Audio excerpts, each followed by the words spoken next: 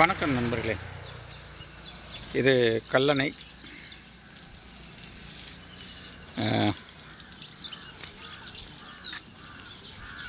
எத்தனையோ ஆண்டுகளுக்கு முன்னால் கட்டப்பட்டது அப்படின்னு சொல்லும். இந்த எத்தனையோ ஆண்டுகளுக்கு முன்னால் கட்டினது.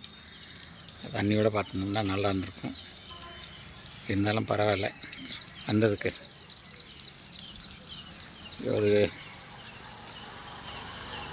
நீண்ட